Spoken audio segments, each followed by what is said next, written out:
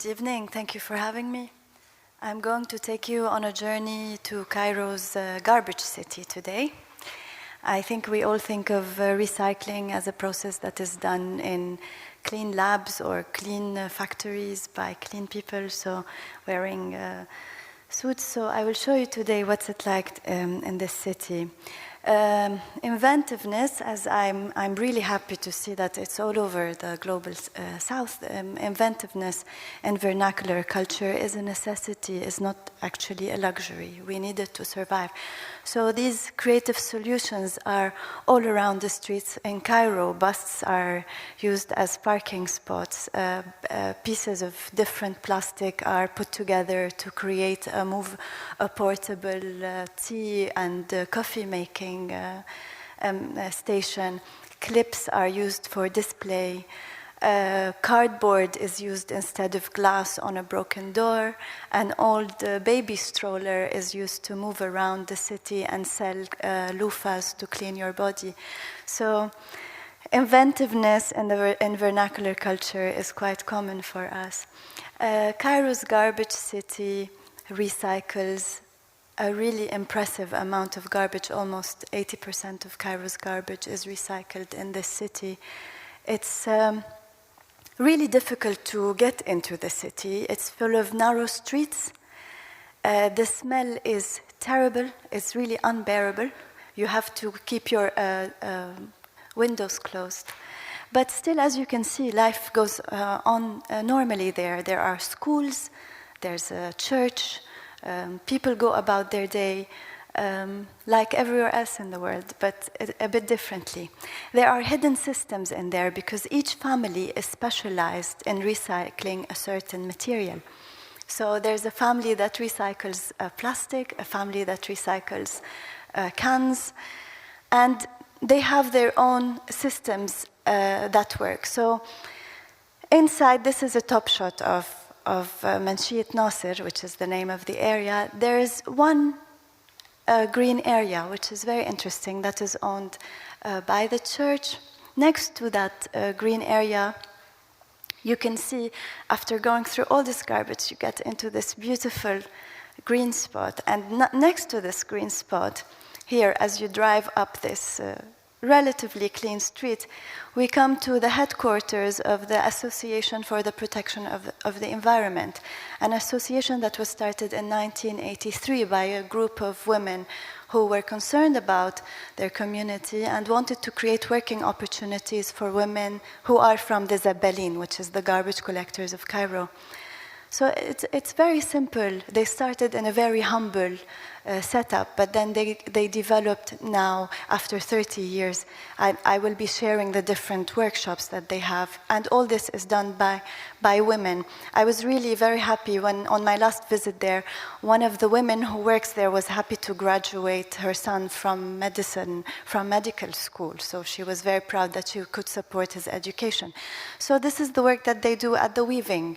It's not elaborate or advanced, it's very primitive machines, but you can see women. They also have created smaller weaving tools for women to take back home with them, because some women can't all come to the workshop.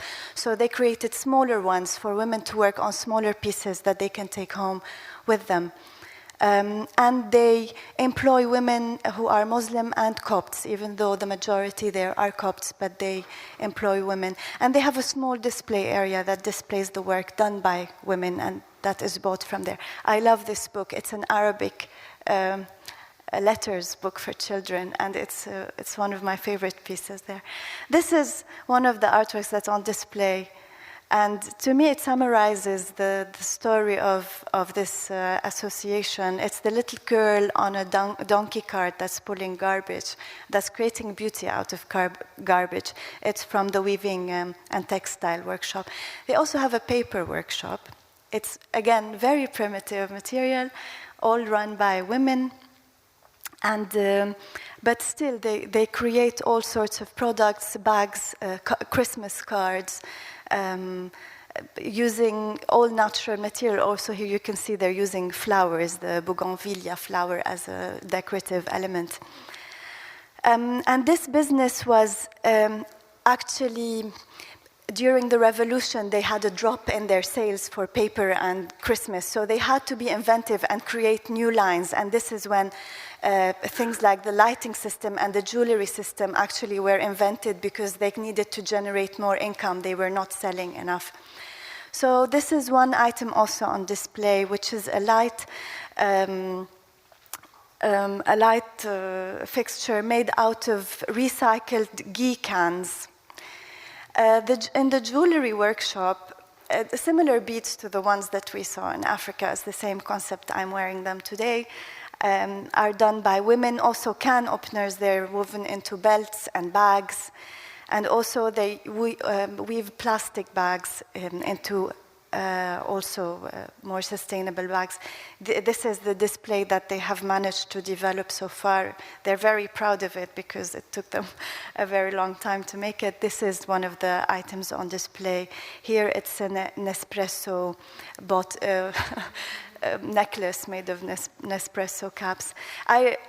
What was really exciting for me to be able to perform is being a bridge. And I remember talking to Paula, or I think Monica or Paula, about the bills. Trying to explain to her that they have no system for billing.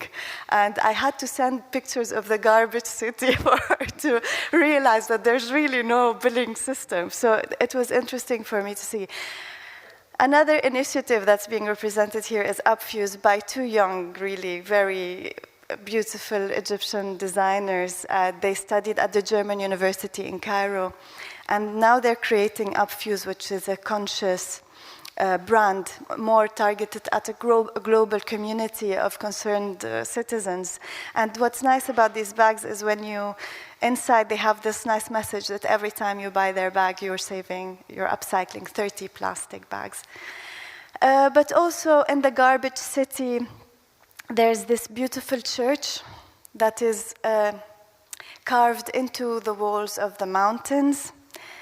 And there's this beautiful artwork that was created by El Cid, who's a French Tunisian street artist. And it's a poem that says, "To see the light of the sun, you have to wipe your own eyes." Thank you.